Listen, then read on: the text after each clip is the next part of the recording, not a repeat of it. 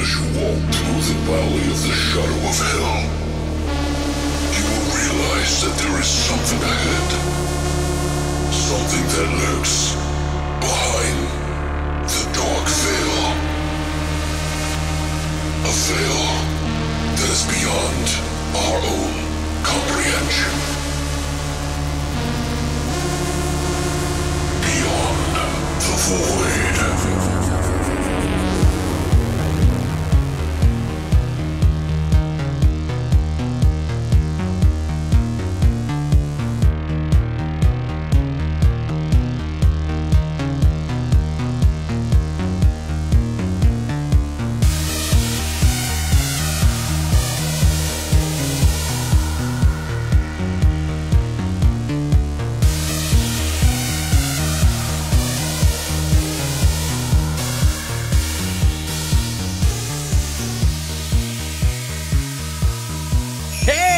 What's up, guys? Sorry. It's Beyond the Void! Horror fuck yeah! I'm trying to throw Brittany off because she's losing it over here. Yeah, I spit all over the microphone, too. I'm a horror. I've been doing a lot of weird things that she's not used to, and she's like, wait, what? I'm Because I'm pretty formulaic, aren't I? A little bit? I feel like I've been going with it pretty well, though. Yeah. It's like fucking stupid as I am right now. I'm like, Yeah, it's like going with it. if you were doing a driving test, you'd fail. Fuck yeah, I would. I'm just kidding. I'm totally kidding. The poor lady at Taco Bell was just like, I didn't know what to do with you. You have driven up on the sidewalk, flipped about 30 pedestrians over the car, and you've careened into a police car. 3-point turn. How about a 27-point turn? Fuck you. Yeah. I was doing a U-turn in my mind. I was doing a U-turn. Why don't they make blinkers for this? I'm kidding, Brittany. You know I love you. No, I am stupid as fuck right now, so I get it. Dude, we ate some food, and it kind of gives us a little bit of an itis, and plus we're drinking and stuff, so, you know. I just got over the flu, too, so I'm, like, extra stupid. Yeah. Fatigued and tired.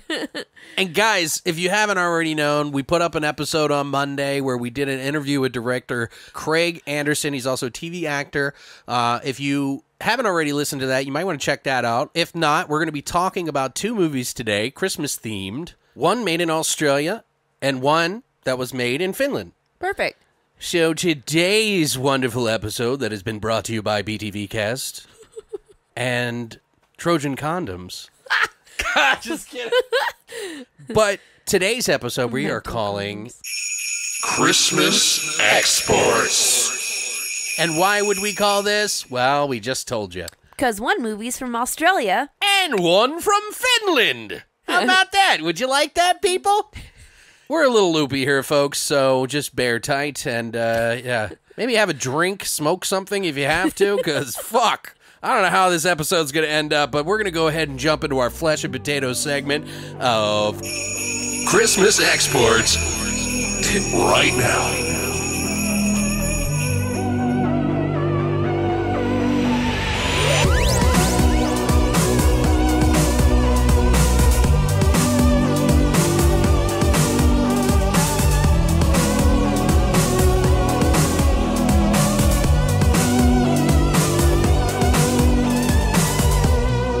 All right, we're back. We're going to do a fucking fistful of fucking Christmas right now.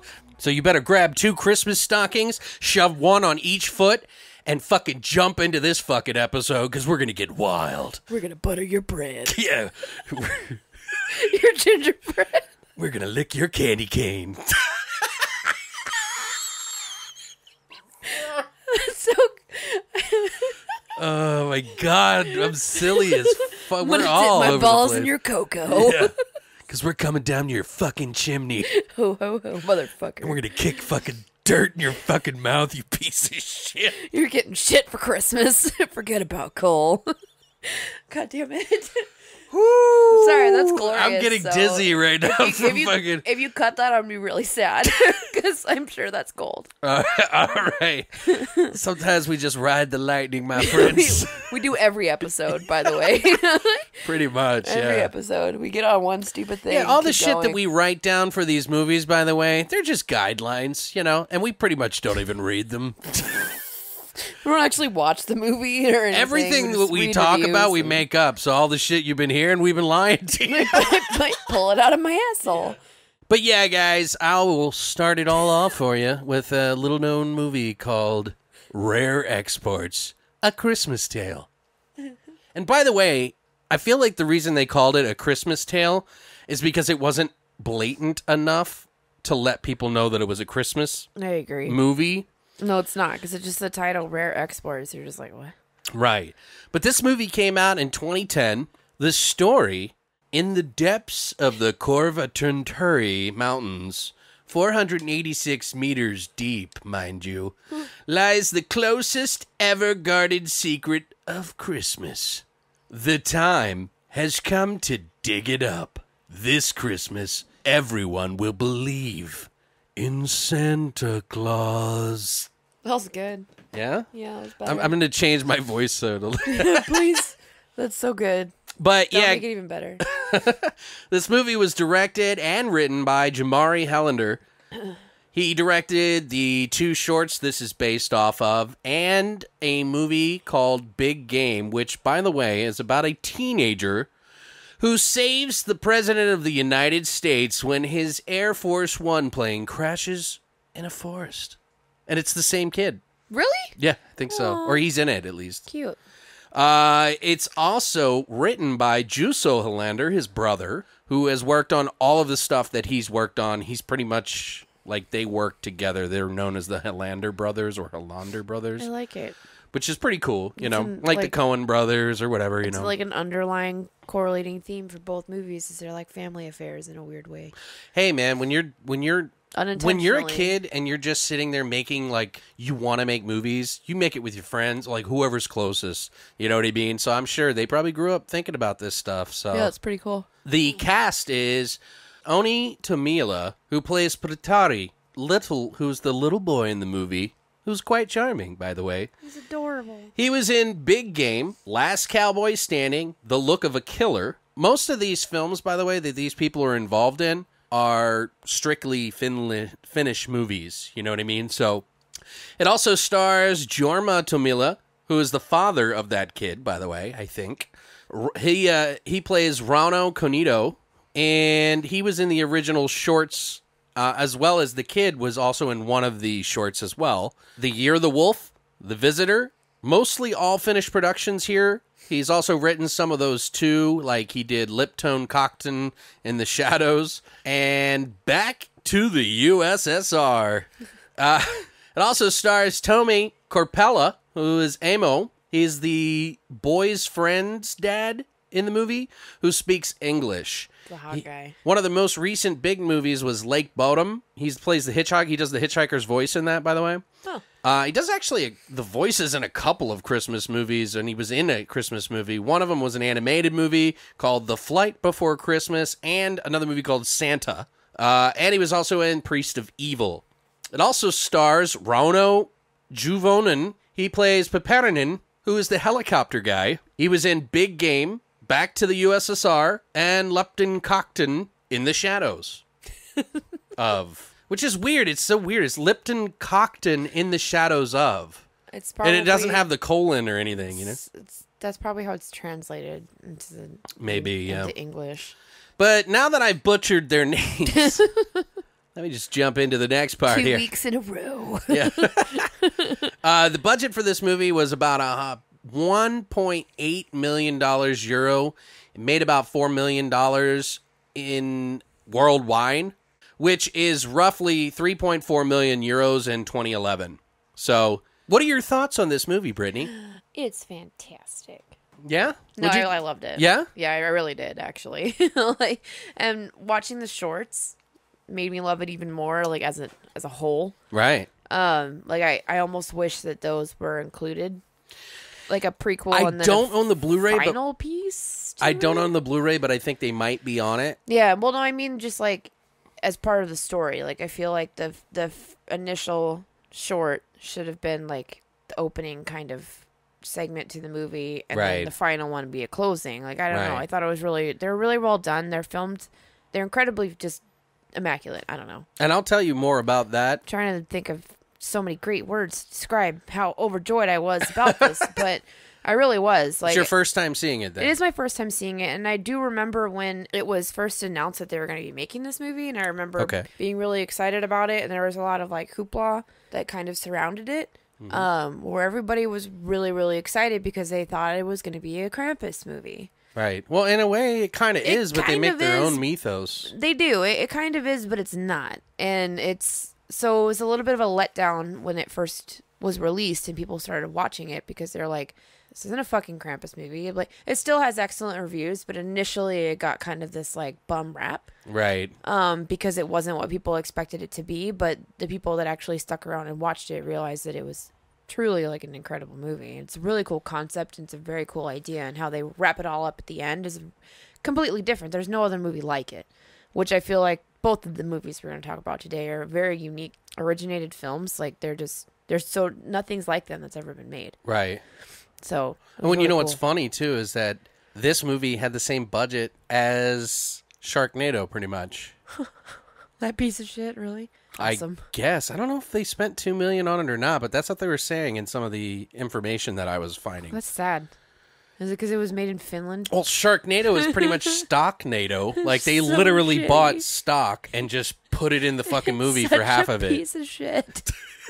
Well, I'm sorry. Like, I love Great White Sharks, and Sharknado's hilarious, but say what you will about it's a that piece of movie, shit. but the thing is that they were able to make a franchise out of that piece of shit, which is glorious. So suck but it. they've made franchises out of other terrible pieces of shit too. So I don't. know It's if not like I'm a fan. I'm just saying, defensive wise, like, no, you're wrong. You're right. Like devil's advocate. You're absolutely right. You're not wrong. Like, good for them. And I mean, I've seen almost all of them at this point. Just why not? But if you compare the two, this is like this is incredible, leaps and bounds, and this is literally dog shit. Right. So either Sharknado is literally dog shit, whereas Rare Exports is fucking pristine. It's a classic. It's beautiful.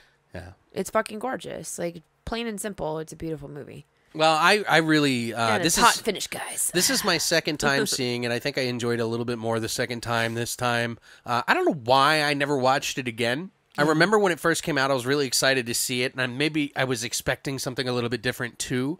But now coming back for round 2 and seeing it, we're going to buy it. Christina started to watch it with me, and she loved it. She absolutely adored it. Yeah, I already ordered it. And to me, there's something that I really like about this movie. Aside from that, it's got its own, it made its own mythos. It does something sly with what they're doing in the movie that represents kind of the days and times of today and how we celebrate Christmas. Right. Because essentially what they're doing is turning Christmas into a business, which is what we do. We represent Christmas now based on money, selling shit, buying shit. So in a way, they're selling Santa, or, you know, you'll find out they're selling these rare quote unquote exports. Totally represents Christmas that way. And I think it's pretty awesome. It's a pretty unique twist on it. The fact that they are able to do something completely different than anything that's out. They kind of combine a few things in it, so it has like a Krampus feel to it. No, it totally does. But it's so different. It throws you for a loop. It does, and it's because they don't expand on it, which is what takes that. I mean, they do allude to the fact that it's like a Krampusy feel because it is Krampus. Right. You know, but they don't expand on it, and they kind of squash that pretty instantly. In a way, I was a little sad because I wanted to see fucking giant-ass Krampus. Like attacking everything? Fuck yeah, I did. Who doesn't? Well, it's funny because, like, there's so many... Krampus is cool, too.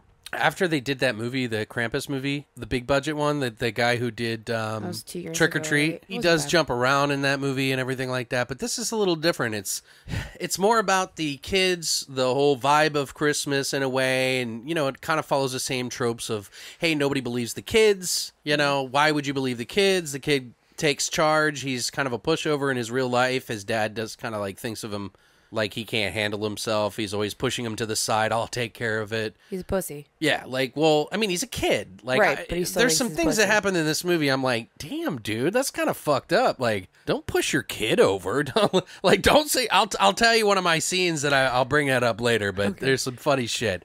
But yeah, it's about coming of age and believing in things and that kids have the power to do more than you think. And it's a very Christmas-oriented movie. It's a retelling of a pretty common folklore. Yeah, and I think it's definitely one of the more different Christmas horror tales that you'll see on the shelf, too. More nuts in this movie than any other Christmas tale either, and I'm certainly not talking about chestnuts. Oh my God, there's so many balls. You know what I mean? Although the scene where all of them are together, a few nuts may have, like, slapped on a few chests somewhere in there. So fucking many. I had a dream about old balls. Like, that was my fucking bedtime story. Yeah, this isn't necessarily a kid's movie. But fucking no. Unless you want your kids to know, like, see about 150 to 200 balls male and wieners. genitalias. Yeah, old balls and wieners. Yeah. If you want your kid to see your grandpa naked, basically, like, Right. watch this movie. Yeah, which scarred me as a child. Seeing your grandpa naked? Yeah, my grandfather put me in the bathroom and was like, he was just making sure I didn't get into trouble because I was ADD. Oh, and he had to pee. And he had to pee. And I remember looking over going, oh my God, like, what is happening right now? Why is it touched He the didn't, floor? like, touch me or anything weird. I'm just saying, like, Yeah. you know, it's just, like, kind of made me go, oh. No, I get it. That makes sense. Anyway. It's really common. Yeah, when you're a kid, it's like, what is that? Like, My grandparents were dead, so I didn't get to see any of their parts. So I'm good such with a that. shame. I'm good with that. Yeah.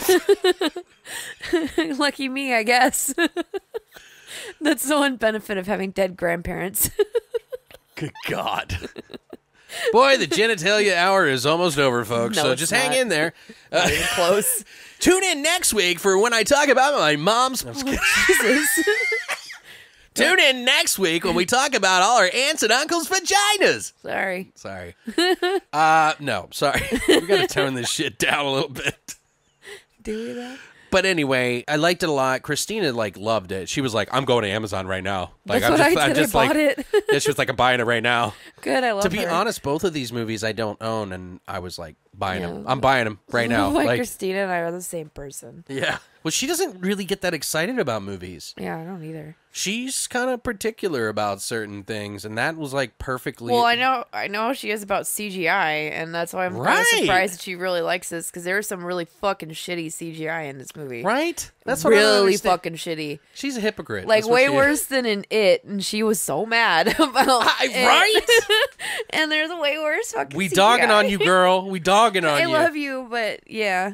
I think it was just because the tone of the film was a little bit different. It's different. It's more not as- happy. And, yeah, it's a little more happy, but not it's as also dark. like a dark. It's got like dark humor in it. Like, and if you watch some of the shorts that we're going to be talking about in the yeah. trivia that I'm going to be mentioning here in a little bit, they really are a nice companion piece to the movie. Yeah, it needs it, I feel like. I mean, it doesn't have to have it, but I feel like it would benefit. The idea for this movie is so great. Like, what they do with it. Where it ends up in the movie is kind of like a nice treat. I think, although, you know, it might be better to watch the short films after the movie. Agreed. Do you know what I mean? Yeah. Because they don't come as a package together. Right. You're better off watching the So- movies first, guys. So don't. Yeah. If you do attempt to watch this movie, wait to watch the shorts that they made for these to basically make the money to make this movie. So I'll jump into some of the trivia here, but before we do that, I kind of want to give you an idea of the story so that you guys kind of have an idea what happens.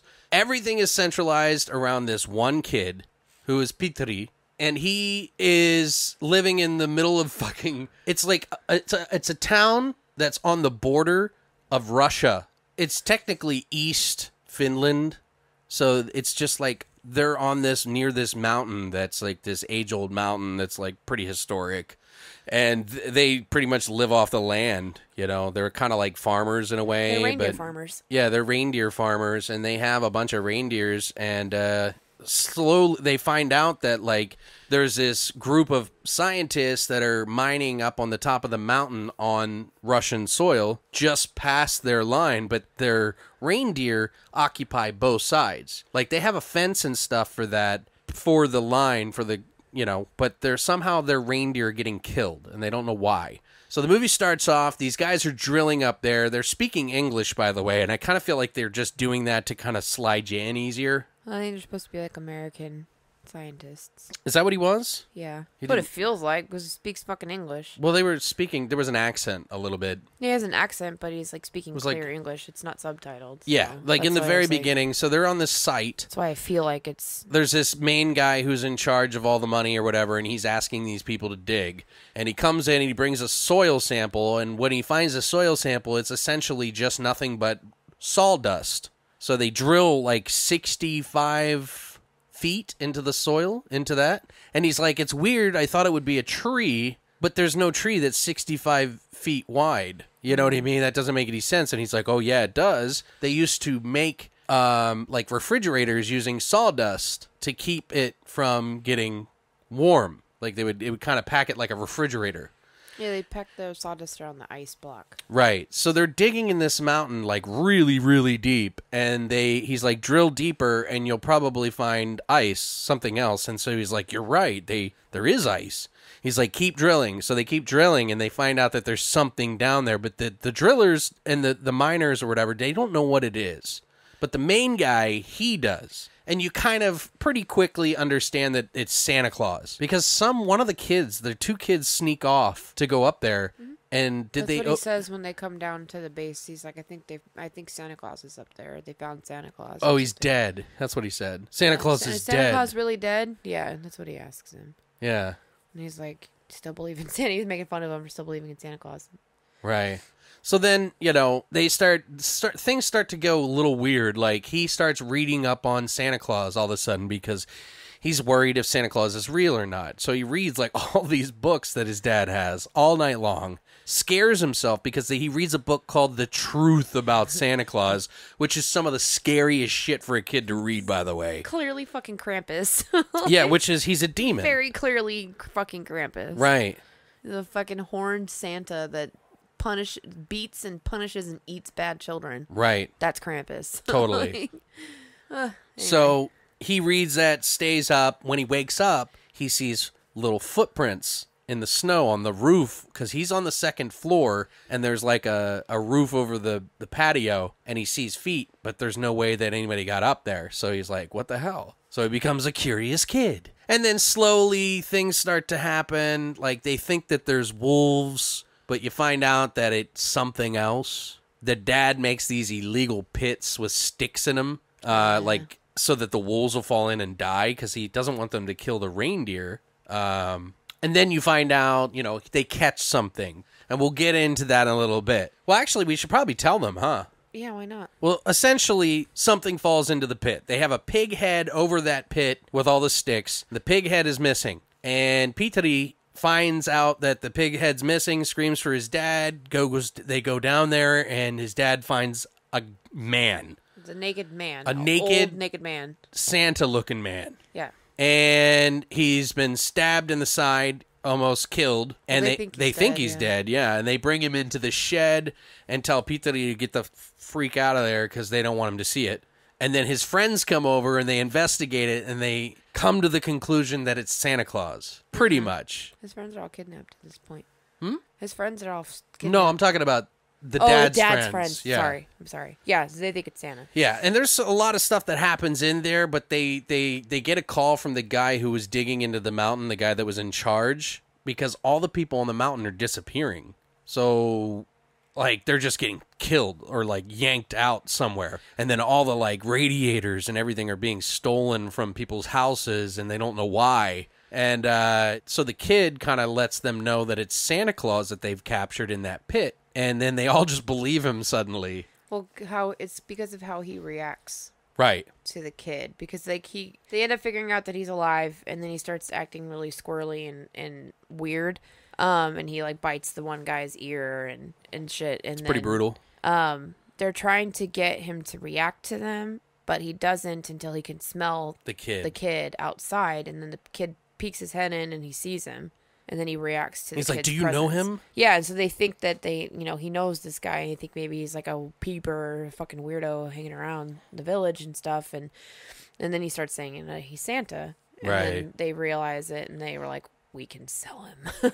Yeah. We can make money off this, because they've lost all this money, like $85,000 because of the deer. Right, Because that was their, like, whole, like, harvest, essentially. Right, and then one of the Santas had a jacket from one of the workers up on the mountain, which is right up the mountain from them, and there's a walkie-talkie in it, and some guy, the guy that's in control of the mining operation, talks to him through there, and he's like, "Did you get the package? Did you get the package? Is what we call it? I don't remember." I think so. Yeah, and so he says, "Did you get?" He's like, "Did you get Santa?" And they were like, "That's Santa." So they like put him in a thing and they try to sell him, right? So they're trying to blackmail the guy, basically, is what they're doing. Yeah, and the reason I'm telling you this, guys, I know this is kind of spoiling a little bit for you. It's not spoiling that much, but there is some trivia on this that I want to tell you about, and it wouldn't make too much sense if I didn't explain at least that to you. This idea for this movie, by the way, came up in the 2000s, like early 2000s. But they didn't have the funds to get the film made. So they shot, test footage, basically, a short film that they called Rare Exports Incorporated in 2003. That ran at a bunch of different film festivals. And it got some traction. It actually got some attention, but not nearly as much as they needed to get the funding and investment that they wanted. So people weren't envisioning what they were trying to put out there in this film, right? So then they made another short film called Rare Exports, The Safety Instructions, which is about how to deal with a Santa that has busted loose. Because essentially what they've done is made a business out of selling Santas. Yeah. Because there's multiple Santas, and we'll get into that a little bit later. But that one actually caught a lot of attention, partially because at the time when they did the 2003 short, there was no YouTube, there was none of that stuff. So at the time, they couldn't do that. But in 2005, they were able to upload some of the videos somewhere so people could see it. And it actually got a lot of investors to finally get the funding for the feature film, which included some of the Finnish government. Actually, they got some money from the government to fund this, which was a huge help. Did you also notice that the big warehouse that they keep the real Santa from has a number 24 on it? Yeah. Did you catch that? Yeah, why? well, I was catching the reference because he's stapling closed the door on his advent calendar. Right. For the 24, throughout the entire build up to that. But then the giant hangar, the airplane hangar that the Krampus is in is number 24, and I was like, cute. Yeah, it's and it looks just like the door for the advent him. calendar. Right. Yeah, it's super cool. So cool. Little details like that I really like. They apparently spent 200 days after the movie was finally shot, everything was done. Any of the pickup shots and anything like that. They shot post-production for those 200 days. They worked with a CGI company called Fake Graphics Limited that spent a lot of time polishing the fuck out of this movie. This movie did use CGI, but it also did use actual real practical effects. Mm-hmm. Finally, in 2010, the film got released, and it got out to a bunch of film festivals. One of the first the premiere, was a film festival, Del Film Locarno in Switzerland, one of the largest outdoor screens in the world. So a lot of people got to see this feature film, which it did really well, enough to give it a release in the U.S. And you want to guess how many fucking theaters that this shot in? 12. 1. No way. Originally, yeah. Shit. And I think it made, 2,000 at that one theater for one day or whatever it was. It shot in one, they aired it in one theater. That blew up into 20 theaters. So they were able to get more. So people did like it. But it made about $200K in that 20 theaters. The first run in the U.S., that was about as much as they made in the U.S. But everywhere else, overall, worldwide, they made about $4 million. So $3 million of that, by the way, was from their native land of Finland. Perfect. Go figure, right? Right. Go figure that the government helped out with it. So, come on. Yeah. So do you remember the first guy that they meet? The first Santa that they run into? Yeah. The one that's in the pit? Yeah, his name is Brian Green. Oh, yeah. Isn't that the name of the guy that was the head of the mining operation? Because somehow these people get turned into Santa Clauses. Because there's an ultimate Santa. I think the people that were workers got turned into Santa Clauses. Oh, really? Somehow. I didn't even catch that. Yeah. But Brian Green is the name of the guy that they capture because they find the wallet. I don't know if it's the guy's jacket and his wallet or it was him or what, but I thought it was him. Anyway, Brian Green's passport number is 314-415-59265, which is pretty much the first several digits of pi. So they did that on purpose. Mm-hmm. I just thought it was kind of interesting, so I wanted to add it in. All right, guys, so now this is probably going to be the section that you're probably going to want to tune out if you haven't seen this movie or you don't want it spoiled for you. So I'm just giving you fair warning because there is a nice surprise in this movie that kind of does a twist if you haven't seen it before.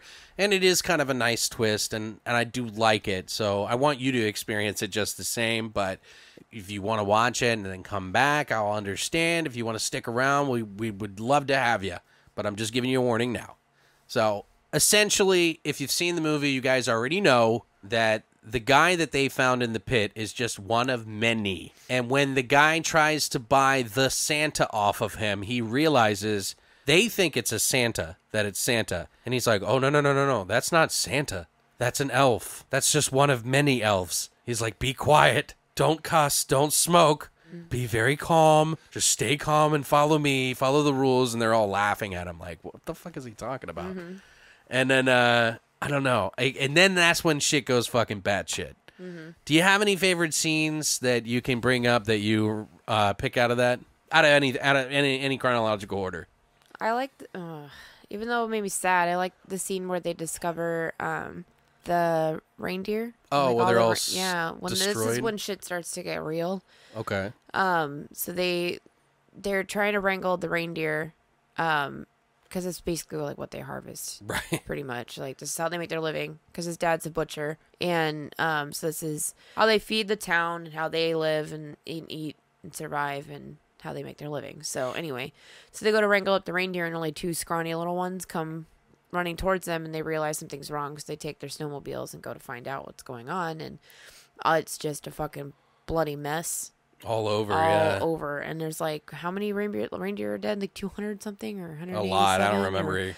It's a lot. It's like hundreds of reindeer that are fucking like just slaughtered, and they're all dead. And they're trying to figure it out, and they come up to the fence where the border is, and they see a hole in it, and that's when they come to the conclusion that these wolves from the Russian side have like come in, and the kids are the ones. They think. Yeah. Or so they think, and then they realize that the hole was made by a pair of pliers that cut a hole into the fence, and then so they think it's the scientists, and the kids know that it was them that cut the holes, cut the hole into the fence, and they're like, this is all our fault, and like the one kid wants to tell, and the other kid's like, I'll fucking kill you. It's like, if you tell, you realize what's gonna happen to you. Yeah. So you like that part? Yeah, that part. Well, I liked, because that's really what gets the story going. Okay. Like from that moment, and that's your first initial kick.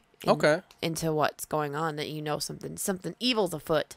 One of the things I really like that made me feel that way is more when you see the what do you call the foreman on the job of the mining site that they're at the top of the mountain. Mm-hmm. He hears all this like swirling around him, and then he sees like 4 of the yellow like workermen's hats like spinning on the ground next to him, and he looks around and no one's near, and he doesn't. Yeah. I thought that was, I don't know, I liked that. It was like cool. It was like, what the fuck is happening right now? Mm-hmm. There was some weird dark stuff in it too that I wouldn't say it's my favorite thing, but I wanted to point out, if you don't mind. Nope.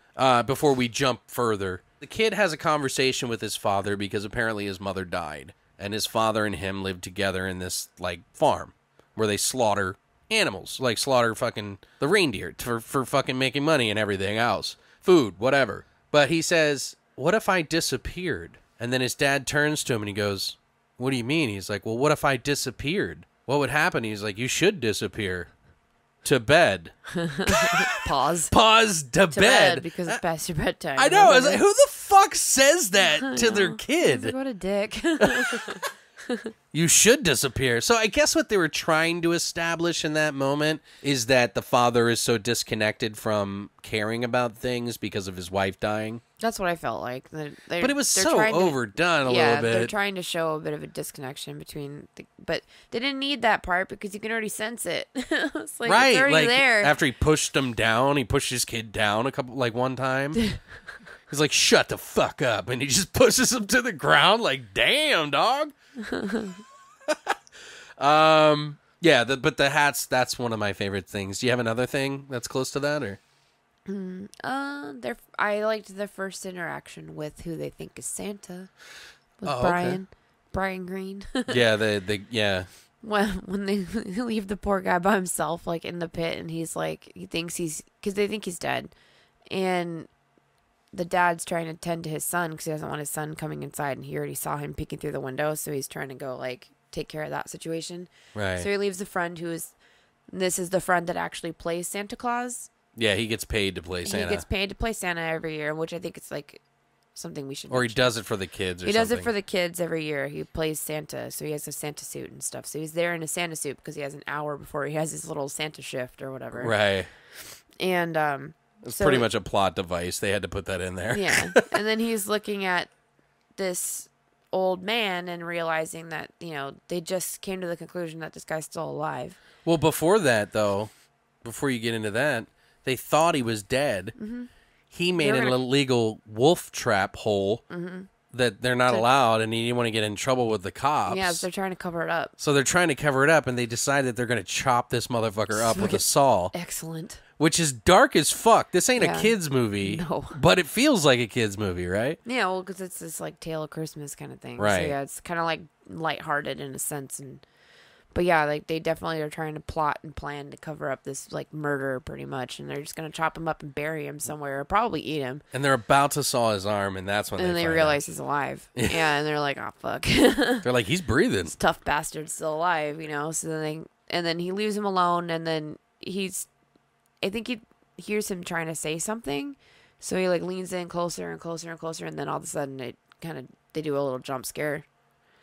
And then he disappears, and then they come to try and go back in, and he, like, runs outside, and he's all fucking bloody on his ear and shit. He's got, like, a piece missing out of his ear, and he's like, something's wrong. Like, go fucking in there. It was so funny. So that part you liked? I did. I like that part, because I like he's so fucking anything that spans from that in that warehouse, or in the slaughterhouse that he has, his, like, homemade slaughterhouse, like, every interaction in there is really cool, especially when the kid comes in. It's creepy, but it's very creepy. Yeah. And when they tie him up and oh my god. Well, it's where they learn that the gingerbread cookies is, like, what they're attracted to. Gingerbread cookies, yeah. And the Santas, and then the kid he's also attracted to the kid, not that way. Not that way. He's like wants to eat him basically, or keep him so he can feed him to the kidnap him to the mega Santa. Krampus, basically. Yeah, I know. I love when they tie him up and they hook him on the hook above the ground. Right, he's just staring at him. He looks so sad. This is also the moment where they kind of bond so too. Angry. Like yeah, they're all bonding. The characters do. They listen to the kid for the first time because they're like, well, fuck, if any of this is gonna happen, tie him up. Just stare. So fucking grumpy. It's so funny. I laughed so hard. It was like not a moment to laugh, but I laughed so fucking hard. I'm just like, he's all meh. Well, and they try to sell that one because they realize it is Santa, or so they think, but they realize he's an elf, obviously, like we mentioned. All of a sudden, like, they get surrounded by, like, a bunch of elves, which all look like naked Santas, pretty much. They are all naked Santas. Yeah, like some skinny, some tall, some short, all with beards, all, like, old men. And then you see, like, all these, like, well, they're elves now at this point. So you see all the naked elves all flip-flapping their junk and running in the snow and shit. So many old balls. That was pretty cool, though. Like, I liked seeing them all run around and shit. It's kind of creepy. It was weird. It is totally weird. It's unnecessary. It's so uncomfortable. Like, technically, like, these elves are Jesus. I guess they're supposed to be, like, Santa Claus was around. He fell in the ice 300 years ago, and they trapped him and, like, buried him under all this, like, rock by rock mountain for, centuries. I think it's interesting that, like, all these, like, elves were, like, wandering around the wild naked. Yeah. Like, they're just chilling. Just waiting for Santa to come back, because they didn't know what to do. No one's noticed this. Yeah. Honey, did you see that naked old fucker running down with the carrots in his ass? Yeah, that's the one thing that they don't really, like, explain. They don't really. Did they dig up the elves when they dug up Krampus? No, they say that they found him out. They found them? They're like wild elves. They were just wild elves, yeah, like literally wild elves. It's interesting. Why they chose not to wear clothes and why they were degraded to, like, basically, like, cannibal men. Yeah. Essentially. They don't even talk. They just run around and bite people. If they've had the taste of human flesh. Right. And that's all they want. I think another scene that I really liked was when they convince the kid convinces them to let him take charge. Yeah. They decide to blow up the real Santa in the storage 24 hangar. They stick dynamite all around it. They cut off his horns, which is really funny. Fuckers, I know. Yeah, they're all proud, you know. That's like obviously like the butcher The trophy. Yeah. hunter side of them. Fuck yeah. For sure. I would have taken the head. Fuck yeah. No, I wouldn't have risked that shit. I would have taken the horns. You're probably right, yeah. Yeah, Krampus will eat you. But they basically, the kid like wrangles up. They find all the little kids that have been stolen out of their bed, and their bodies have been replaced with these like hay men, these little hay kids. Oh, those sack dolls are so fucking creepy. Yeah, they thought it was a fuck doll. Remember when he was like, "Yeah, when I was a kid," you know, the sheriff's all like, "Oh, when I was a kid." Sir. He's like, "Shut the fuck up, please." He's like, "Yeah, we used to take a pillow and we used to fucking stop." Yeah. But yeah, they get all these like naked old men like in a pen by bagging up all these kids in a fucking rope or in this big thing that the helicopter pulls up out of the roof, and then they get a gaggle of those guys in this pen of like where the reindeer get put gaggle. in. A gaggle of gaggle of old gizzards. No, yeah. A gaggle of old flip-flaps all flapping around. Floppities. But they have this moment, like the dad and the son, because he's so proud of his son for taking initiative and being more of a man than he ever gave him credit. That the dad and the son, they're like, he puts his arm around them and they're just staring at the naked dudes. And I'm thinking to myself, like, what the fuck? You know, like. I thought too. Pick a better moment, dude. Yeah.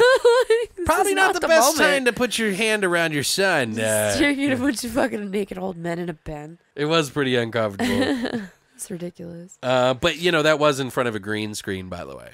Like, yeah, that whole scene. Kind of figured. Probably for the kid. I'm sure. So he didn't have to see flip-flops. See all the fucking old dingly-dangly. Scrotally flaps. Scrotally flaps. Do you have any other scenes? Yeah, I actually love in the end. The end is fun, yeah. Yeah, the end when they realize that they're going to make a business out of all these elves. Right. So they decide that they're going to train them how to be Santas. Right. And it's super cute how they do it. And then how they end it is where they're packaging up the Santas and shipping them out into all these different countries that have purchased them. So they basically can be mall Santa Clauses. Right. But it's because all the elves, they had like, what did they say? It was like 198? 198 or 97 or something. Yeah. They like immediately put down their shovels and like stop wanting to kill. Krampus is dead. Yeah, once Krampus got blown the fuck up. So yeah, I thought that was really cool. Yeah. It was cool. That's smart. It is really smart. And the way, like I was saying, it commercializes. It's kind of an anti-horror. Makes it like American Christmas movie, right? Right. It's an anti-Christmas horror movie. Anti-Christmas horror movie. That's what I mean to say. But which I think both of these kind of are. For sure. In a way, right? Oh yeah. Yes. Yeah. Well, I mean, my final thoughts on this is it has grown in interest for me. I'm now going to own it, where me and Christine are going to buy it. I think that if you haven't already seen this, you should probably see it. You should. And I'm sorry if we ruined it for you. I mean, that's kind of what we do here. But at least we gave him a big fucking warning in the beginning, didn't we? We ruin everything. Yeah, we ruined all your childhood dreams. Yeah, but we warned your ass. I mean, I don't think we're any worse than watching a bunch of male genitalia flip-flap through the snow. Like, they're like flinging peanuts off it. Oh my God. I think that's worse. I don't know. I mean, it could be. I saw my grandpa's junk, so, you know. So many twigs and berries. So many. But, yeah, I don't know. What do you think? Did you like it more than you thought you would, or? I don't know. I figured I was going to like it quite a bit, but ultimately I did enjoy it more than I thought I was going to. Yeah, it's a really good film, and it's a really cool story. It's, as I already said, it's very unique. It's very different. It's something that hasn't been tackled before. Especially with how they wrapped it up at the end. Right. It's really cool, and especially in conjunction with the shorts. Like, fucking incredible, and it's beautiful. I think it's a really good movie. It definitely is, I think, better the second time, like I had mentioned. I think it's a pretty classic tale. like I mentioned also, it feels like it's a kid's story, but it's because it's totally revolves around the kid. I mean, it's really essentially about the kid, which is like a lot of Christmas stories in a lot of ways, like the good, the nice ones. Right. But this one's like the darker spin on it, and it's made for adults who grew up on that shit, maybe, in a way. I can kind of get your view on that. Yeah, I don't know. I thought it's pretty cool. I like its kind of mysterious nature. I like a twist to it.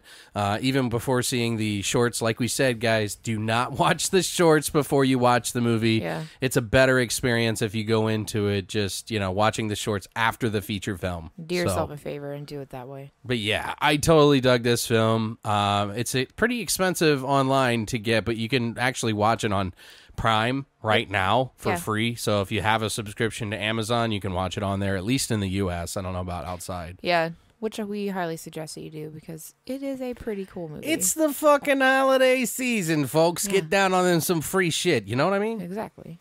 'Tis the season to watch free shit on Amazon Prime. Now, before we get into our second movie that we're going to be talking about that you probably already know about because we had the director Craig Anderson on here this past Monday. If you haven't listened to that, totally listen to that. That was a lot of fun. But I wanted to let you guys know that we're coming back on a later date, actually after the interview, because while we were recording, go ahead, Brittany. You're going to notice like right off the bat that I sound a million times different today. Yeah. Now than I did when we were recording our opinions and review for Rare Exports, right? Or even like any other segment that we're gonna talk about from that episode, because I was sick and I was getting over being sick, but I was still sick and I was just getting progressively worse like as the night went on, and you could start hearing where I just like can't breathe. Like at first I was like worried. I was like, come on, Brittany, blow your fucking nose, and then I was like, oh, she's really sick. Yeah, I was fucked up. Like, and I was doing my best to power through, and I was like, it's like midnight. And I'm like, you need a tissue. I've been at work since 6 a.m. Like, I'm so tired, and that, like, I thought I was just tired, but I tried to pump her full of what was that? You gave me this fucking like Pepto-Bismol shit, antacid stuff, yeah, everything, because I was just like super nauseous and just like. The worst part was I just couldn't fucking breathe, and you can hear it. Like, listening back to that part, like, I sound so congested. It's fucking ridiculous. Which is funny because when I streamed on this past week on the Saturday before Monday, this past Monday, I actually got really sick, kind of like you were. Mm-hmm. And I was like, God damn it, Brittany, you and your fucking AIDS coming in here. My AIDS. Yeah, well, You're getting AIDS everywhere. I was getting over the flu. Well, we wanted to let you guys know at least. Yeah, so in case you're like, difference. Was Brittany doing coke? The fuck's wrong with her? I sound so fucked up. It's crazy. Like, I mean, I guess I probably usually sound a little nasally and congested, but like, yeah, no. I was like, No, I don't think you sound nasally or anything. It was bad. It was bad news. This is Brittany. Like, usually I sound cute when I'm stuffed up, but not then. I sounded fucked up. You were a disaster. Yeah, I was a fucking disaster. I was trying not to fall asleep, and I kept yawning, and Alex was like, fucking stop. And I'm like, I can't help it. I can't fucking breathe. Well, we're going to be talking about the next movie, which is Red Christmas, which is directed by Craig Anderson. And Brittany did the work on this one, so she's going to tell us all about it. I did. All right, so we're going to be talking about Red Christmas, which was released in Australia in August of 2016. The basic idea behind this movie was it's Christmas in Australia as Diane brings together her estranged family for a chaotic holiday gathering. A 20-year-old decision literally comes back to haunt her when the ghost of Christmas past comes knocking at her door and is invited inside the family estate. Festivities quickly turn blood red when the stranger, all grown up, very much alive, is ready to terrorize his long-lost mother. Diane must face her past and explain the hideous truth that is trying to kill them all, especially to Jerry, her Down syndrome son, before it's too late. Before it's too late. Dun, dun, dun. Now, I have a different type of synopsis. I'm really excited for this. So Alex wrote his own synopsis for this movie. Yeah, I was writing it as I was doing it. It was inspired. It's nothing like Shakespeare here, guys, so let's not build it up that much, all right? Yeah, because what I said was Shakespearean. So let's cue the music. Join us for a heartwarming tale of a dysfunctionally functional family being stalked by an aborted fetus named Cletus. He's looking for love. He's looking for his mother and family. When Cletus, the fetus, is rejected by his biological family, unbeknownst to them, he starts picking them off one by one. Things get really bloody and really silly, and just in time for the holidays. So what are you waiting for? Come along and join us for Red Christmas. That's cute. I like it. So this is like a really fucked up holiday version of Are You My Mother? Yeah. Well, it's really interesting what he talked about in the interview. So Yeah, agreed. I'm super stoked we were able to get that done. So as you guys already know, this movie was directed and written by Craig Anderson, who is known for some other works, which are actually all shorts that I'm going to name off to you, called The Ice Cream, Late Night Angel Weenie Baby, which is one of the most excellent names for a movie I've ever heard in my life, and The Wingman. Dee Wallace actually also produced on this as well as starred in it, which is, you guys should know who she is. If you don't, then I'm disappointed.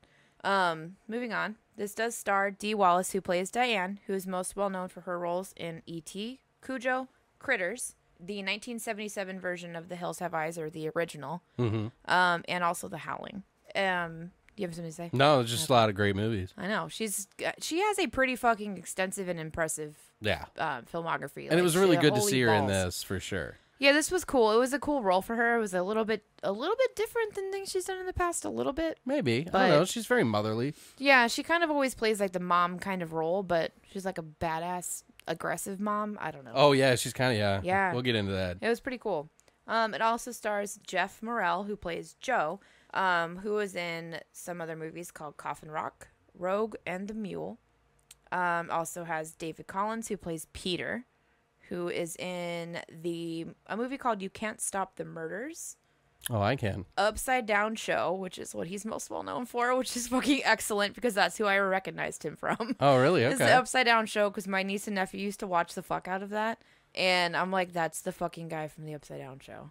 As soon as I watched it. I think I might knew have seen it, actually. Oh, I'm sure. You probably have because I feel like they I don't know. It was a thing for a while, like on, I feel like it was MySpace, like back May then. have But been, there was yeah. like stupid internet pictures that they used to use his face on all the time. That's what I Okay. specifically remember. But with my niece and nephew, they loved that show, so I remember seeing his face all the time Okay. with his stupid curly hair, and his hair wasn't normal Right. in this because he has it tied back and stuff because he's like the evangelistic Christian, Right. or whatever. Okay. So And the Double the Fist, which is... Oh, that's right, yeah. Which is also Craig Anderson Craig Anderson's produced and partially wrote, I think, and then also acted in. yes. It also has Sarah Bishop, who plays Susie, who's in movies called The Last Ride, The Astronaut, and The Navigator. She's done a little bit more of more well-known feature films in comparison to the other Okay. actors and actresses on this bill. Sam Campbell, who plays Cletus the Fetus, who is in movies called The Tail Job, Autab, which is a short, and then Going Vigo, which is another short. And he's actually a comedian Really? in Australia. Yeah. Well, there was a lot of... He did say that there was a lot of comedians in this movie, Right. so yeah. Yeah, he's actually a comedian, and at the time was like one of the most popular, I believe, comedians in the area. Last but not least that I'm going to mention is Gerard Odwyer, who plays Jerry, who is the actual actor that has Down syndrome. Okay. And he's in a couple other shorts, actually. One's called The Interviewer, one's called Spell, and the other is Be My Brother. So most of the movie work that he does is short films as well. But he actually has a pretty extensive acting career as well, which I think is really interesting because I love when people with disabilities can actually act. Well, he was pretty good, too. Like, he was just, Given in the general... opportunity to act, I should say. Yeah. And he was Sure. really good. Yeah. Yeah. Like that scene where he was crying. Yeah. Yeah, that was, like, kind of sad. He was pretty good. Like, I mean, I don't know. Like, what did you think overall Oh, well. for this movie? Like, I mean... if it's not obvious after we did the interview, but... you're going to suck its dick, aren't you? For my original thoughts that I actually wrote down before I did the interview, though, are as follows. No, I feel like it was much better than I thought it was going to be. For whatever reason, I just kept skipping over it, and I was like, why do I do that sometimes? You ever I notice do it that? all the time. It was like, I see something, and I'm like, maybe the trailer just didn't, like, Hook you. reel me in, you know. I Right. wasn't too sure, but I'm really glad I got to see it. It's got this really weird sense of humor to it that's not very popular. No, it's super dark. You know what I mean? Like, there's not. He even said that it divides people. You know, like Absolutely. there's people that get it, and there's a lot of it. There's only a few people that get it, and a lot that do in some regards. But I think there's other people that fall into the serious category and just take it as a serious movie and don't even see the dark humor. And then there's those that are conflicted between the two and don't know how to feel, which may, you know, it could affect you a different way. So it's kind of a gamble whether or not maybe you might like it or not. But if you got like a dark sense of humor, I think that you probably will like this. Plus, it doesn't go over the top. Like it gets close to it. The topic of the story is kind of ridiculous if you think about it, but it's done in such a good way. Like it's surprising. So this balancing act that I see in this movie is pretty impressive to me. I was a little conflicted with it at first myself. Because, you know, socially I didn't know whether or not I should be, but I'm kind of a sick fuck. So Yeah. I like some of that kind of stuff because I got a sense of humor, in my opinion. That's what I think. But some people don't think that's a sense of humor. They just think it's sick. They just think you're wrong. Yeah, You're you know a what I mean. disgusting person. Yeah. But the great. acting was definitely decent. I like seeing Dee in it. It was definitely enough for me because there's so many movies I've seen that the acting is atrocious. And it's like something weird or stupid better happen for me to get through this. I didn't feel that way with this movie at all. Like, it's actually pretty decent. No, I agree. I liked Dee Wallace as the mom. I liked the brother a lot. I thought he was really funny. Like, a lot of the stuff that he said was just kind of like, he's the pothead. You know what I mean? So, he's the older guy. Pregnant chick's husband? No. Oh. The older guy with the hat. older guy, the uncle. Yeah, the uncle. All in all, personally, I do feel like this movie is really good. And it just gets better and better as it goes on. You start with a dysfunctional family that just kind of gets along during the holidays, and then it gets into this really kind of messed up plot, and it gets like it's kind of tense. Like a lot of the camera shots were like really tense. No, the music was really good. Like Yeah. I was like, and then like some moments that happened in it where you're just like, oh fuck, that just happened.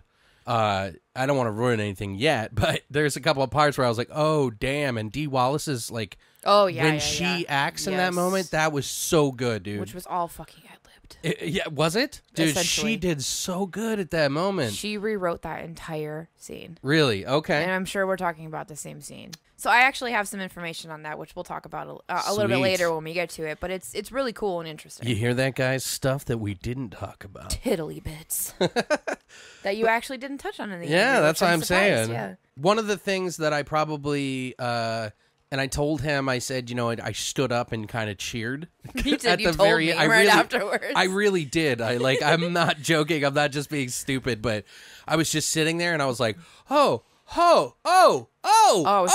yeah. I was like, yes. Like, I was so elated. Like, I got chills. Like, and I just stood up and I was like, oh my God, Jesus Christ, this movie. I did the same shit actually at the end. I had was to watch oh it my- like 10 oh, times. Fuck! Like, it was awesome. I watched was it so 10 excited. times because I was like, I need to watch this again. The end was so good. Because it's like, there's so much that happens in it. Like, you could probably miss what technically happens. Oh, easily. I did. To I had one to of go the back. characters in it that I don't want to divulge yet. I missed one death specifically in particular that I didn't even see That at all. I didn't notice or didn't remember, and I had to back it up to that part so I could see it again. And like I just missed it. And not to say, like, to take anything away from the rest of the movie, but it just, when it gets to that point, it was just like, holy shit. And I got, like, old feeling of, like, old horror movies that Oh yeah. do you know what I mean? Like, Yeah. I can't explain it, guys, because I don't want to ruin it for you. But, you know, when we get to our favorite scene section, you're probably going to want to cut your ears off and flush them down your the ears toilet. off, literally. Yeah. Remove them and flush them, and then or bury them in your backyard. That's your option. That's what I think of it. I think it's a really good movie, and you guys could probably tell I was kind of gushing about it a little bit, just because it's one of those movies that you just stumble upon, and you go, why the fuck didn't I watch Yeah, this? you jizzed all over it. Well, it was like, I've seen it a million times. I remember it in the store, and I was like, I should rent this. Oh, I don't know. Yeah. I don't know why. It was last year. Yeah, it was fairly feel like new. I feel like this movie's getting way more buzz this year than I think it did last year. I agree. So I agree, and I understand why, because it's definitely something that's taking people a little time to notice, which is stupid, but whatever. It's just maybe it's I just will one of those tell you, things. When you first looked this movie up, because when you mentioned it to me that you wanted to do this with rare exports, I was like, okay, well, I know rare exports. Like, I know all about this. Red Christmas I've heard of, but I've never seen it. But I'm not familiar. So I read about it. When you first read like the description of the movie, it does not at all go into detail about what it's specifically about. Right. And so I went, I started the movie and I was like, okay, I'm interested. This sounds kind of like a cool, like, home invasion-esque kind of like Christmas story. So like, I'm interested. Cool. Like, it'll be fine. The first like 5 minutes in the movie, I'm just like sitting there like, are you fucking kidding me? Right. This is what we're going to do. So I am like instantly just annoyed. Really? Yeah. I was immediately annoyed and like went into it. And and Craig, I'm sorry, like, because I'm sure you're going to listen to this and I don't want you to think that I hated your film because I didn't. I actually really liked it. Okay. But in the first, like, for horror movies that tackle like really serious, like political, like concepts, I'm always a little weary. About it at first, and I kind of come into it with a little bit of a separate mindset. So when I see this in the opening 5 minutes of the movie, I'm just like, God fucking damn it! Immediately, my expectations are minimal. Well, why? Can you specifically tell me why? I'm just curious because I may have an answer to what you may be thinking. What is the political message that you were worried about? For it to just be a pro-life movie. There you go. That's what I was wondering. Yeah, that was my biggest takeaway from it. I'll tell you what I think after you've done your thoughts. Yeah. I just wanted you to know. So that was instantly, like in the first 5 minutes, I'm like, are you fucking kidding me, Alex? You're going to make me watch a goddamn pro-life fucking horror movie? Like, are you fucking serious? Like, I'm just like, I can't handle this. I'm so annoyed. But this definitely it's not a slow buildup. It occurs fairly quickly, like relatively quickly. But it definitely gets fucking better as the movie progresses. Within the first 30 minutes or so of the movie, I was just like, it's getting there. And then it just all of a sudden, like, bam, fucking hits you and it gets fucking good. And it was cool. It just cuts you in half. It if you know cuts what I mean. you in fucking half. Like, I'm standing looking at peanuts and I get cut in half with a fucking... Or like, somebody. Yeah, or someone gets cut in half. I don't know. But it was like, I was actually really fucking impressed. With what I saw, and it was a cool fucking concept and ideal, like ultimately like how they ended up wrapping the idea of this super controversial like storyline, which is not the first or the last that's going to be tackled in in the horror genre. They're not going to take I don't know. They did a really good job, and it was kind of cool. They left it up to anyone. Like, it's your interpretation of how you want to walk away from this movie, which I liked. It's not extremely one way or extremely the other way. Like, it's very down the middle, and it's up to the viewer to interpret it, which I thought was really interesting. And they did a good job with that. It was a great balance. And the characters, you had enough time to develop relationships for the most part with each character. And there was some really touching and like kind of like heartbreaking moments in it, which I really like. Which are, a lot of the movies that Dee is in, why I love so much is because there's so much, like, she puts so much work into her characters and she's a phenomenal actress. And I feel like a lot of people kind of gave up on her since like the 90s. Like, she hasn't done a whole lot of big roles since then, and which is bullshit because she's fantastic. So I don't know if it's just her that hasn't picked up the roles or if they haven't offered them to her or what. But maybe she chose not to. I love the fact that he like reached out to her essentially and kind of sent the script to her, and she was so on board with doing it. And part of the reasons is because she loves Australia, which I thought was awesome. But it was really cool. Like, it has this kind of like home movie shot vibe, but more professional. Yeah. So I was really into it. Almost like a mockumentary in a way. In a way, yeah. It reminds me kind of before I talked to him and I knew that he did that, that's kind of how I felt about it. It reminds me a little bit of like Behind the Mask, like the Leslie Vernon story, like how kinda. it's shot, A little bit, yeah. Which I fucking love that movie. If you haven't done that, we need to do it. Right. But I was thoroughly impressed.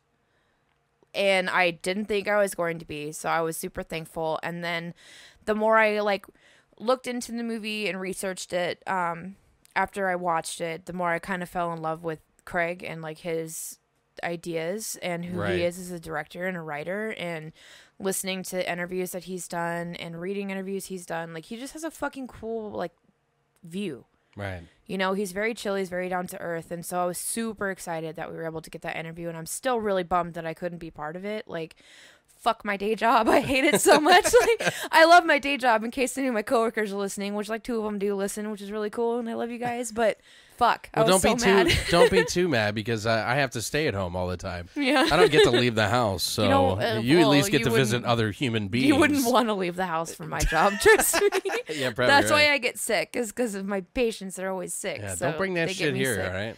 But you did like the movie, though. I did. Overall I did, and I didn't think I was going to, and it was funny because when I was actually talking to Mouse, about it, I didn't like it at first. Like, I liked a lot of it, but I just wasn't like super gung-ho about it. Like, I loved the end, but I didn't like stand up and cheer like you did at the end. Like, Yeah. I was just kind of like, like, I don't know how I feel, you know? And then I had to describe it to my husband because he was at practice and didn't get to watch it. Oh, God damn it. Why does he always miss the good ones? He's going to. Like, he's probably actually, well, no, he's watching football right now, but I'm sure he's going to watch it because I told him he has to. Yeah, I And want he to hear was what his like, opinion is. What it's like I always want to know what he thinks. I I don't know, know why. like you guys are like the same fucking person. Yeah, so that's it's why I want to ridiculous. know. I feel like he will like it because he He's usually gonna likes like stuff it. I like. No, when I explained it to him, he lost his fucking mind. It was hilarious. Like, but as I'm explaining this movie to him, like, I went over it from fucking start to finish. Like, I told him everything. Oh, wow. Like, So you ruined the movie I did for a him. complete fucking no. I explained stuff, but I was like, you gotta watch. He's like, no, I'm watching it because that sounds cool.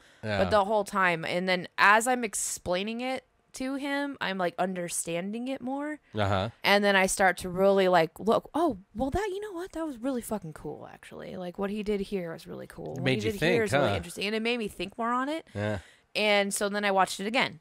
Really? You watched it 2 times? I watched it twice. Wow. Like, after I like How many described bad the whole movies have things you to seen him- that what you've watched twice, huh? Exactly. Well, that's what I'm saying. Like, Yeah. I actually, like, after I described it to him, I was like, you know what? I'm going to check it out again, and I'm going to give it another shot. Right. Like, and just go into it another time. And I was like, yeah, I came away with it being like, I fucking like this movie a lot. Like, it's really cool. Yeah. It's just done, and I probably said it's really cool like 100 times, if those of you keeping count. Yeah, but is it cool, Brittany? No, it's hot.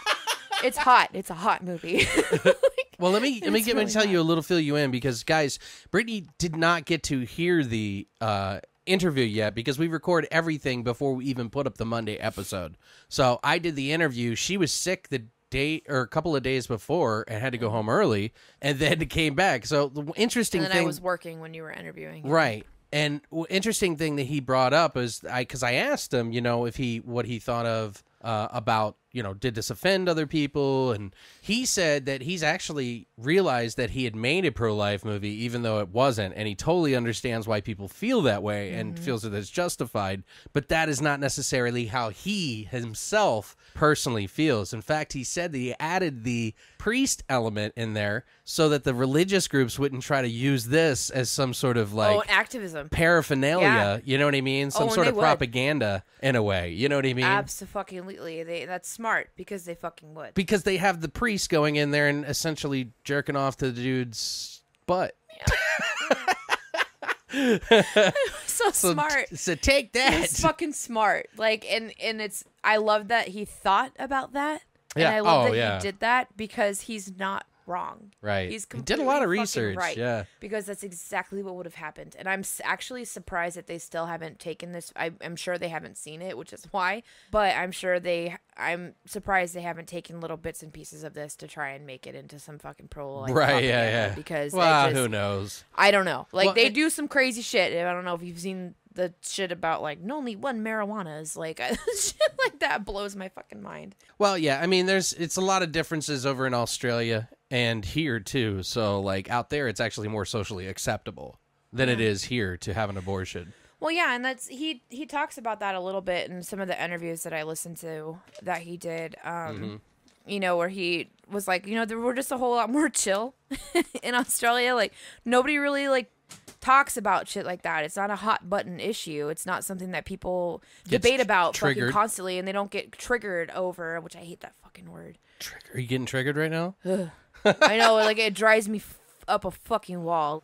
But what other trivia do you have on this? So, a lot of this movie actually was shot with members of their family and friends that were involved in it, which I thought was super interesting. In particular, the sheriff who has a super short role, just literally Right. about 5 minutes of like on screen time, is actually Craig Anderson's dad, Really? which I thought was really cool. That is cool. So he was, he had his literal 5 minutes of fame, Yeah. and his scene is pretty dope. Is actually the one that if you look up like gifs or whatever for this movie, like that's Oh number yeah, one, that's like one of the number ones. Yeah. which I understand because it's so cool. Yeah. And then also the photo that There's some really Freudian weird shit going on there. yeah If you think about that, Craig, you're gonna have to talk to us. I know. Let's get- Well, we need to bring you back so you can explain this to us.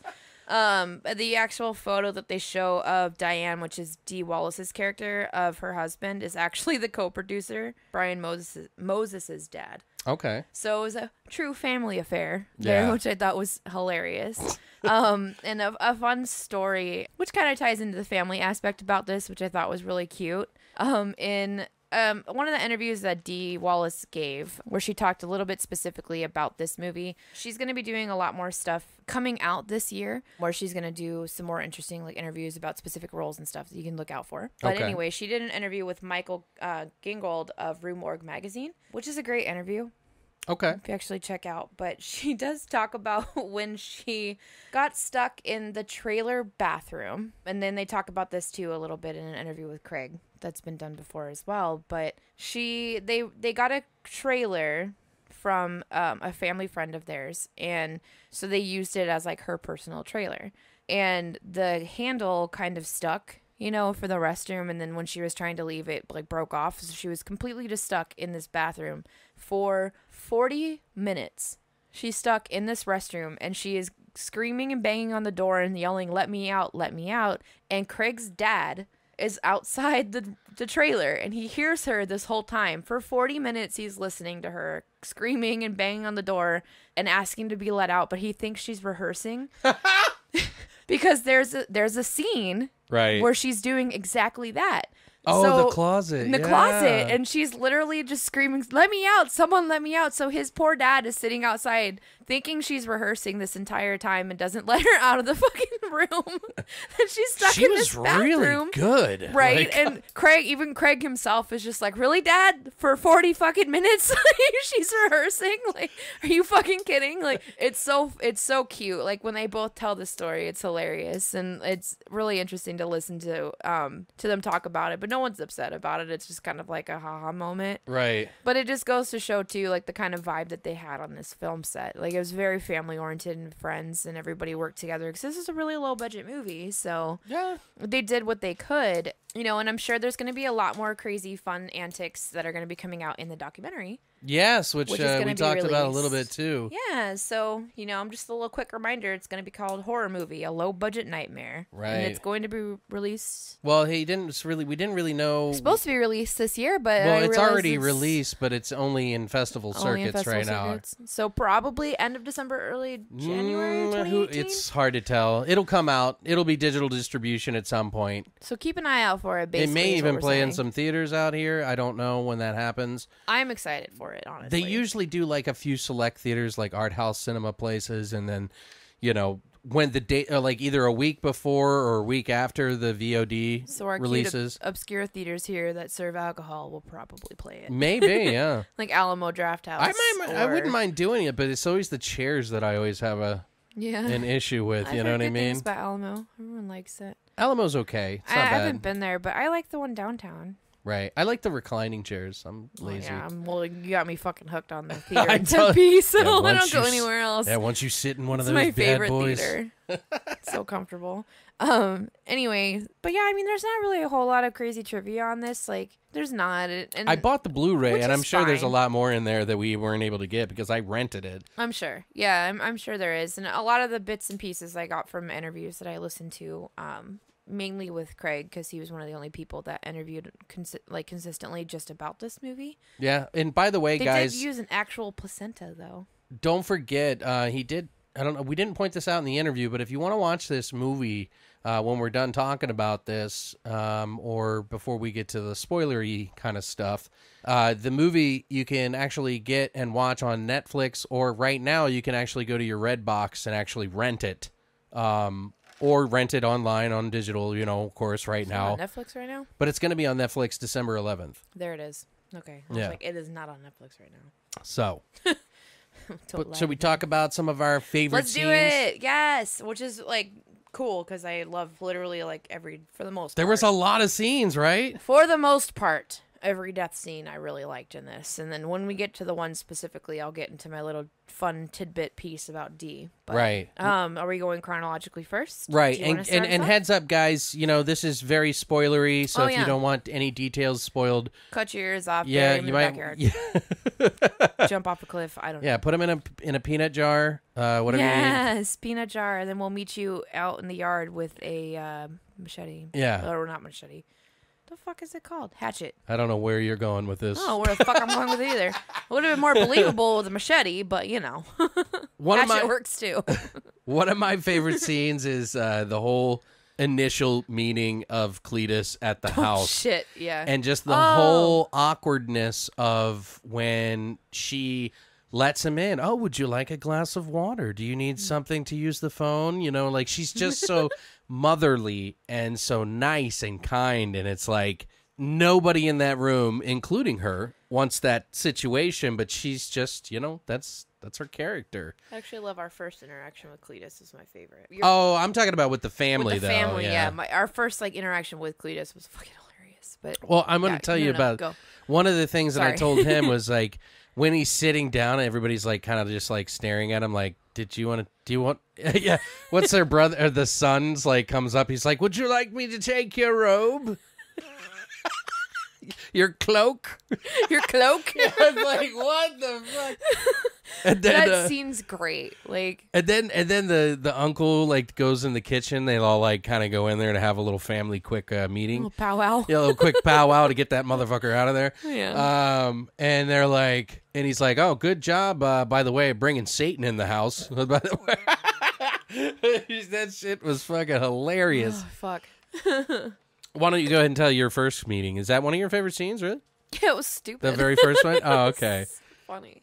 I wish they would have shown the face part. Like, it I kind don't of just know. like When happens. they did, it was.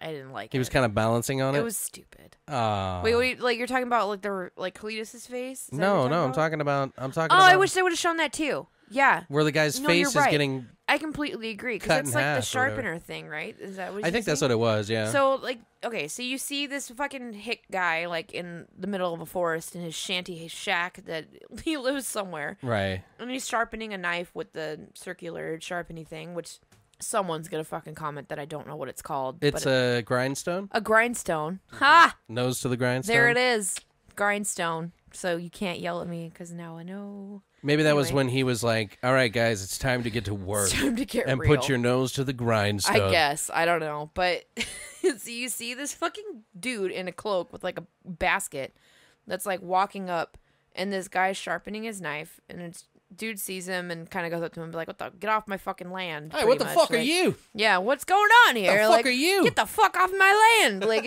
it's this like stupidly weird interaction, and then like the guy's like, "I'm just trying to get this letter to my mom or whatever," and he's just like, You're all wrong. "So what the fuck?" You're all wrong there. I don't know what you are. It's so fucking silly, but he pushes him down and then decides he's going to piss on him. Micturate.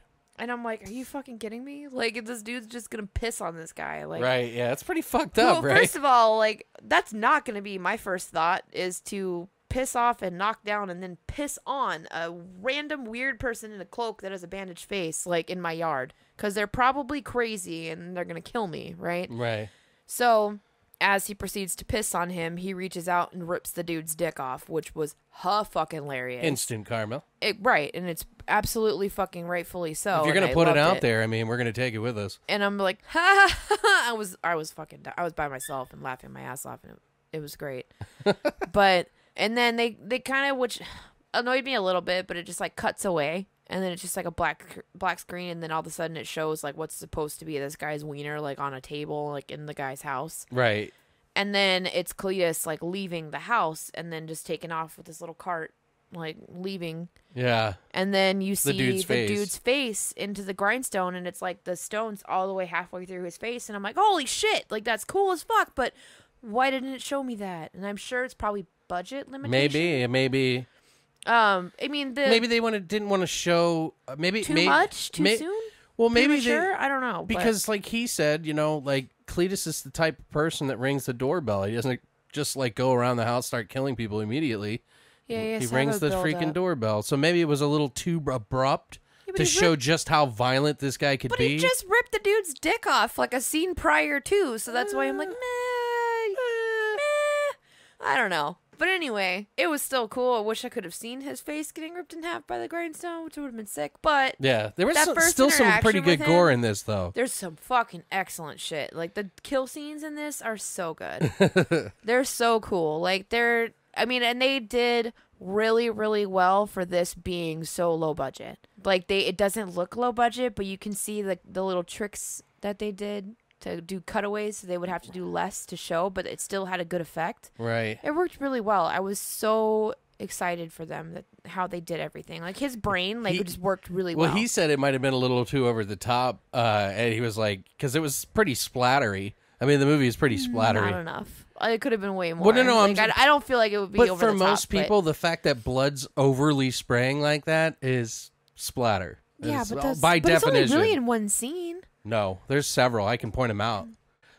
There's the bearhead trap scene, which is her father that you mentioned. The cop shows Craig's up. Father, yeah. He's like, it's like time to save everyone, and it's the glimmer of hope. And her son runs out like so excited that the cop's here and everything's gonna be okay now. But dope, his head gets chomped by a bear trap. Yeah, it cuts away, and then all of a sudden it clicks back to the dad or the sheriff, and then all of a sudden his head's a fucking bear trap, and the trap's around his neck. Right, and you see earlier on when the uncle's out looking, foreshadowing. Yeah, you see them on the wall, so it's kind of foreshadowing for it to come. Straight up foreshadowing, because you can see they're layered by sizes.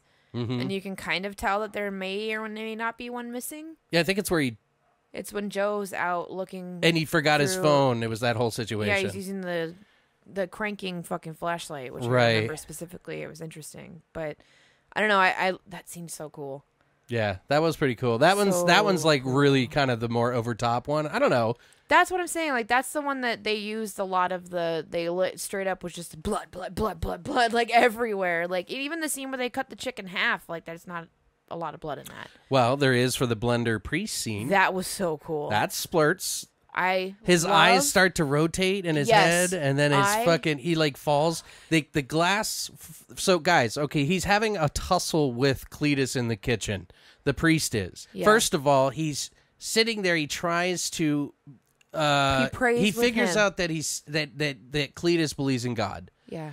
And then he starts to pray with him and then stabs him in the chest, and they have a fight. The glass breaks on the top of the blender, so it's just the blade exposed. The blade is exposed, and then he falls back, the priest, and gets in the back of his head, essentially his entire brains and everything gets blended, and you see his eyes get bloodshot, spin, and then spurt blood all over the place.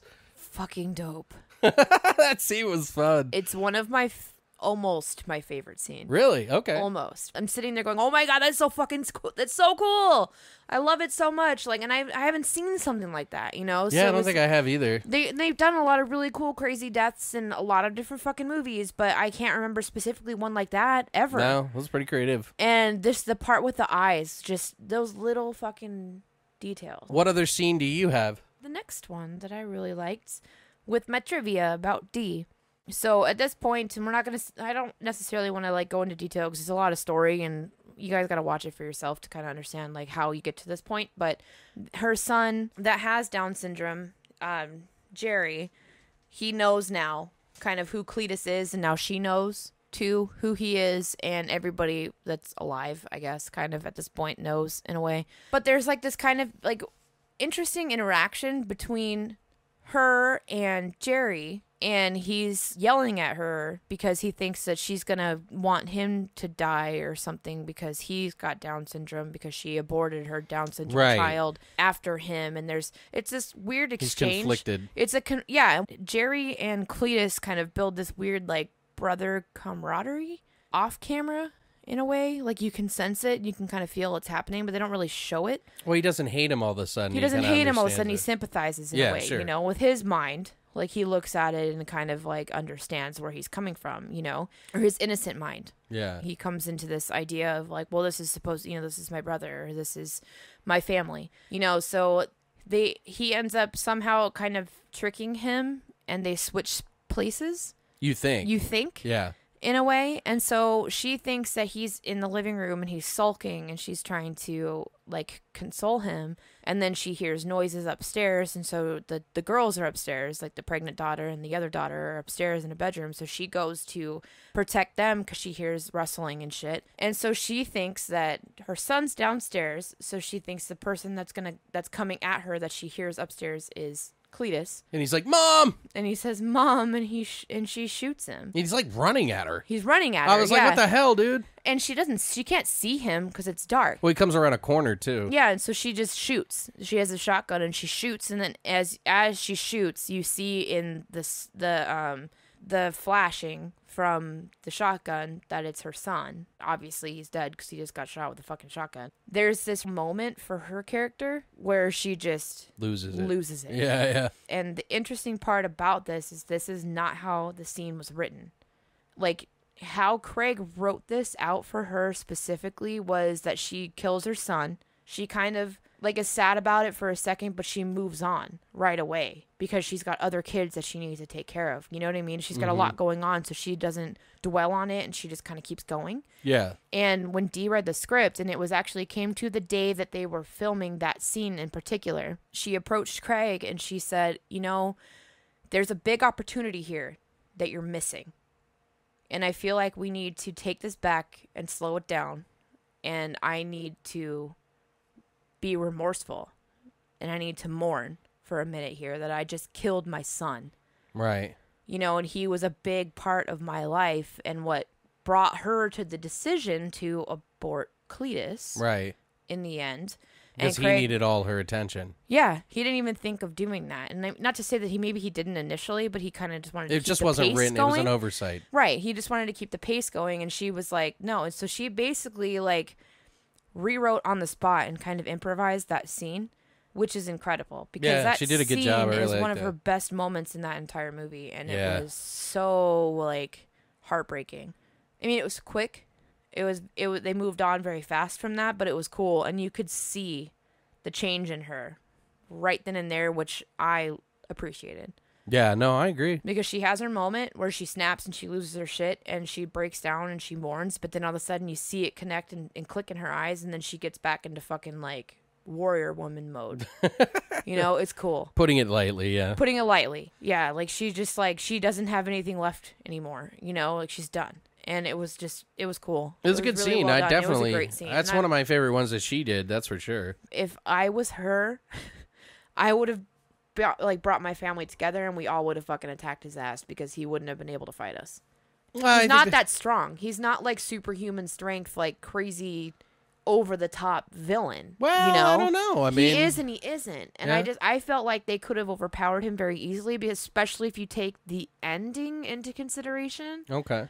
It could have been done, but that's just me being nitpicky. Yeah, I mean, I didn't mind it at all. No, like I felt like it flowed right. I mean, he's a hooded, weird character who came with love, and they rejected him and threw him out yet again. And that makes sense. Like, it's a revenge story, and I absolutely understand it. One of the scenes that was close to that, though, that I thought was real funny is Dee yells, "Hey, you son of a bitch!" And I was like, wait. He's yours, bitch. But I think that's part of the humor, you know. I liked that. That's one of those that's one of those subtle, like, dry sense of humor kind of things. This goes and plays along with the whole dark comedy aspect of the entire film. Yeah. So I appreciated that. I thought it was really funny. It was really smart, whether that was intentional or not, which I feel like it was intentional. Yeah. So I feel like he meant it, but she also says, "I never fucking wanted you."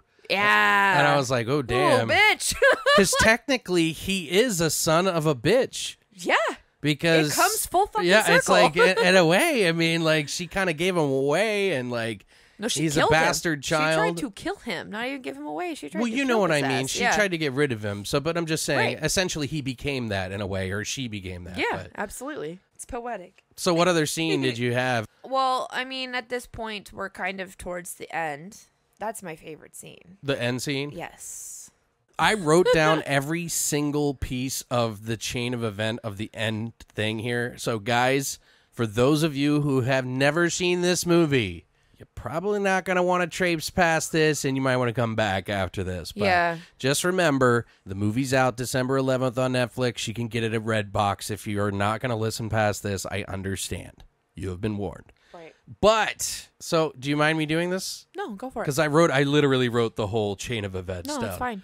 Go for it. So the end scene, the lady who's pregnant, one of the daughters she goes into labor, and she's been upstairs the whole time. They were trying to take care of her, and she's trying to have birth, but like she's really fucked up. But the newborn is finally born, and she cuts open the mom. She's holding her baby, and then all of a sudden she hears that everybody's pretty much dead. And so she tries to cut up the stuffed animal. There's this gigantic stuffed rabbit. Cuts it open and hides it. And then Cletus comes in, and in one of the slowest kills in the movie, he just stabs really slowly in the neck of the rabbit. I hated that And you scene. hear her gurgle as it's going in, and she's holding her baby in there with her. So it was like, oh my God. I hated that scene. It was brutal as fuck. And then, out of the blue, Dee Wallace pops up out of nowhere and stabs Cletus in the chest or in the midsection with an anchor, like a kind of ornamental anchor, like on a smaller boat, perhaps. She had attacked him with this earlier, and this has been kind of an instrument throughout the whole movie, but she brings it back and stabs him in the stomach. He had just put the baby down. Then she jumps out the window, and she hangs, and then Cletus gets ripped in half. His body goes out. One part of his body goes outside. The other part slumps, his legs slump inside on the fucking ground. Did you see his fucking body hit the ground next to Dee Wallace hanging around, dangling around? Like, what the fuck? It was awesome. I was like, this is amazing. It was so awesome. I was like, what just happened? Because, like, I knew she wasn't fucking dead. Like, there's no way. Like, I knew she was ultimately going to be the one that takes him out in the end. Right. Whether it was, like, she succeeded in taking him out fully is up in the air. To me, like, watching this, I was like, but I knew it was going to happen. Right. You know? But I hated that fucking scene where he, like, stabs the mom with the baby through the stuffed animal thing. That was brutal as fuck. I didn't hate it because it was a bad scene. I just hated how it made me feel, and I was really sad about it. So I was like, God, this scene sucks. Well, like, it was good, but at the same time, it's just like when you watch movies and you're just like, why? Why does that have to happen? You know what I mean? Well, it didn't like, kill the baby. Well, no, but I mean, at this point, it's like the baby has no one. So Right, it's well, like, we should have just killed the baby. and in a way, it's kind of like back to the beginning of the movie. It is back to the beginning of the movie. That's Right. exactly what it does. So it's super poetic how he does the whole thing and how he draws everything back around. It's Right. really, really, really well thought out and well done and planned and makes sense. But yeah, that scene, it was beautiful.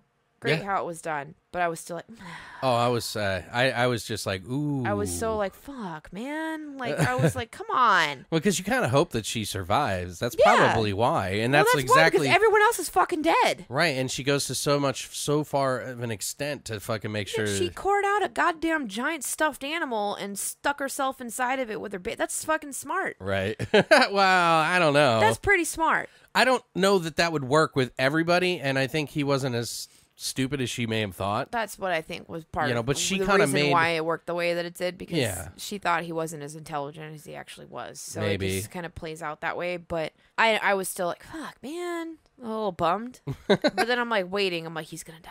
Well, in any case, that end scene, it just wraps. There's so much that happens right then. It's like all within, like, I don't know, a minute.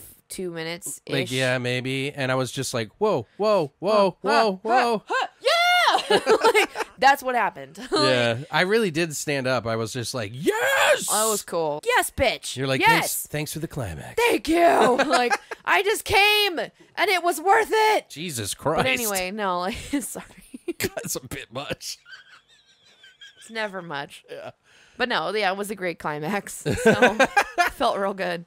Anyway, So what do you think about your final thoughts on this then? I mean, my final thoughts of this movie was I was initially extremely disappointed within the first 5 minutes of starting this movie. I was like, Alex, I fucking hate you.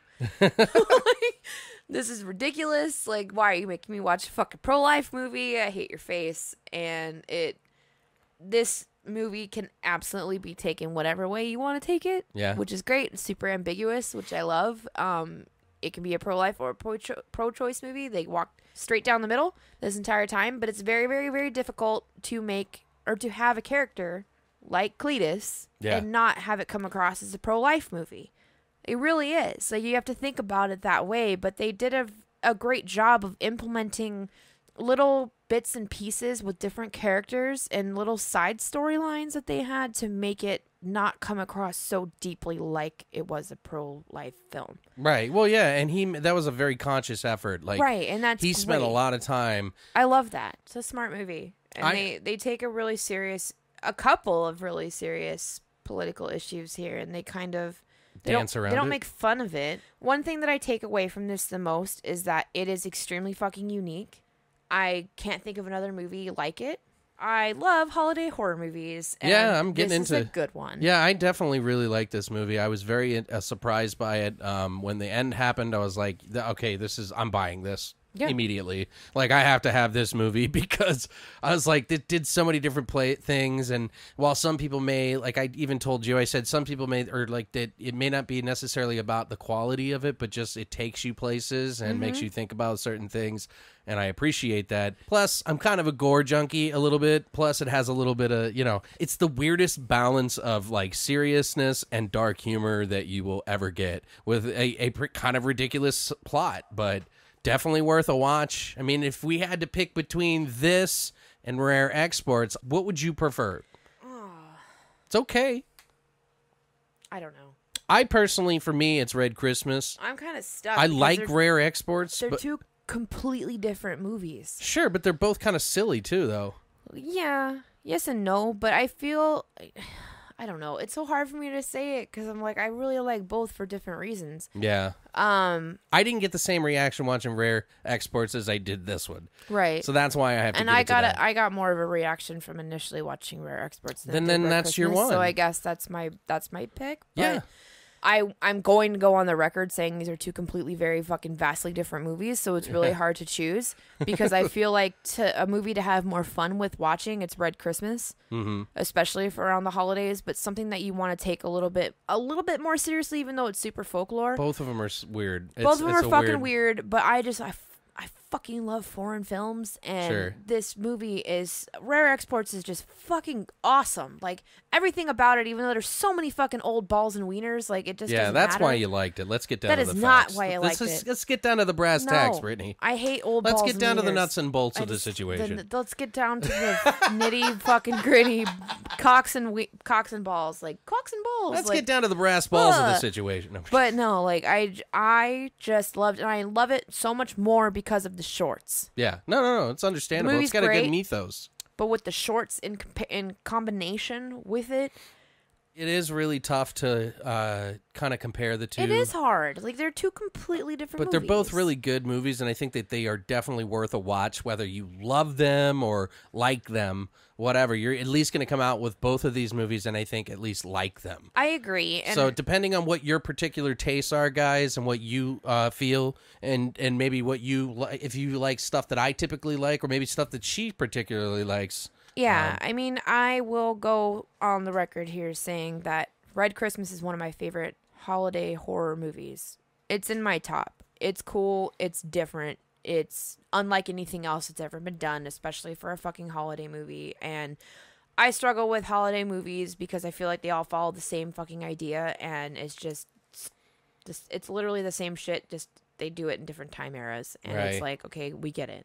You know, I really, really liked this, and prior to this, I wasn't really a big fan When of you anything. say this, you mean Red Christmas. Okay. Yeah, and I wasn't really a big fan of anything holiday-esque horror related, and like unless you count Ian McShane's role in American Horror Story, Okay. which was fucking incredible.